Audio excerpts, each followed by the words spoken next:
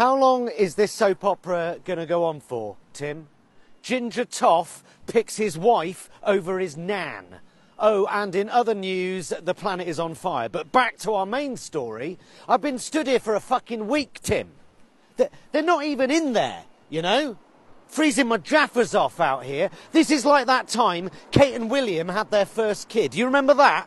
6 days you had me stood outside that hospital waiting for that royal shithead to be born. 6 days stood with the rest of the world's press filling airtime by estimating how many fingers the royal vagina had dilated. 6 days, not fingers. I'm just not convinced this is quite as newsworthy as we all seem to think it is. Massively wealthy couple are to attempt the amazing feat of seeing if it's possible to be financially independent with only several £1 million in the bank. Fuck me.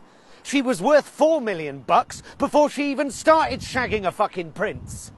His dad has been paying him millions for years. He can't have spent it all on Nazi uniforms, surely. 4 million quid? There you go, you're done. You'll be fine. You could give half of it away and still be financially independent. So, you know, if you want to fuck off, if that's what you want, then fuck off. Good for you, but either fuck off or don't. But before you fuck off, can we have our money back, please? Come on, hand it over. Don't get the taxpayer to pay millions to do up your fucking house and pay for your fucking wedding cake and then decide to fuck off. What? He didn't ask to be born into the royal family. That is no argument at all, Tim. All right? Do you know how many people on this planet are born into abject poverty each day? They didn't choose that either. And they don't have the option of, what, we don't have any money. Well, let's just move to Canada and start afresh. Most poor people don't have Michelle Obama on speed dial to offer support and advice. Most poor people have to get the fuck on with it.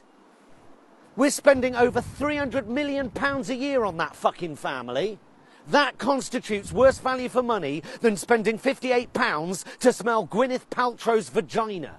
And yet, we hand over our hard-earned tax dollars to these people, and then we go out and line the streets and watch them spend it, and instead of rioting, we just stand there and wave flags at them, fawning over multi-millionaires whose only achievement was being born into the right family that is full of fucking wrong-uns and paedophiles and Nazi apologists.